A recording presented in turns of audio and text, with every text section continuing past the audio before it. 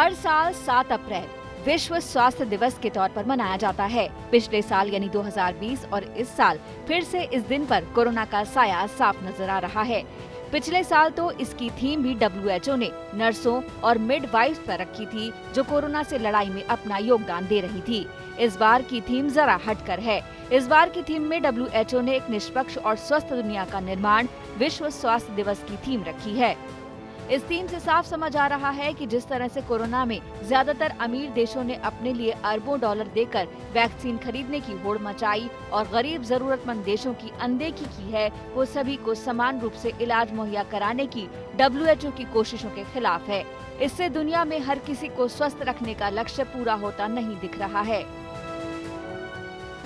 Analysis देखो second wave का, तो आपको पता चलेगा कि यंगस्टर्स आर मोर इन्वॉल्व, ज़्यादा यंग पीपल को कोरोना हो रहा है।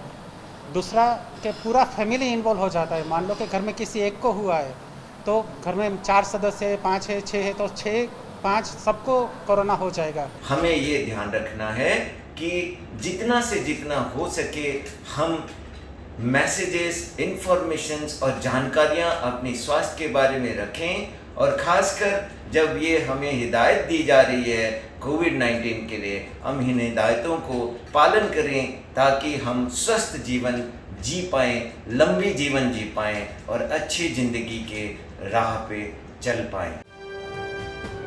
वैक्सीन को लेकर केवल भारत ने दरियादिली दिखाई है और दुनिया की 70% वैक्सीन के निर्माण के साथ ही सभी जरूरतमंद देशों को इसकी डोज बड़ी मात्रा में मुहैया कराई गई है। लेकिन जिस तरह से महाराष्ट्र के बाद दिल्ली और गुजरात के 20 शहरों में नाइट कर्फ्यू लगाया गया है, उससे वैक्सीन को देश में भी तेजी से इस्तेमाल करने की जरूरत है। विश्व स्वास्थ्य दिवस पर इस बार सरकार को कोरोना से लड़ने में अपनी पूरी ताकत झोंक देनी चाहिए। दरअसल केयर रेटिंग के रिपोर्ट के मुताबिक अकेले महाराष्ट्र में लॉकडाउन से देश के 40,000 करोड़ रुपए का घाटा हो सकता है। इसका सबसे ज्यादा असर ट्रेड, होटल और ट्रांसपोर्ट सेक्टर पर हो सकता है। इससे इकोनॉमी एक्टिविटी में 0.32% की गिरावट आ सकती है। एक हफ्ते पहले केयर रेटिंग ने GDP अनुमान भी घटाकर 10.7 से 10.9% के बीच कर दिया था। पहले केयर रेटिंग ने 11 से 12% ग्रोथ का अनुमान लगाया था। आर्थिक जगत के जानकारों का भी मानना है कि इकोनॉमी में रिकवरी तो जोरदार ढंग से हुई है, लेकिन अगर कोरोना की दूसरी लहर को जल्द नहीं थामा गया तो फिर डबल डिजिट में GDP ग्रोथ के सभी अनुमान गलत साबित हो सकते हैं।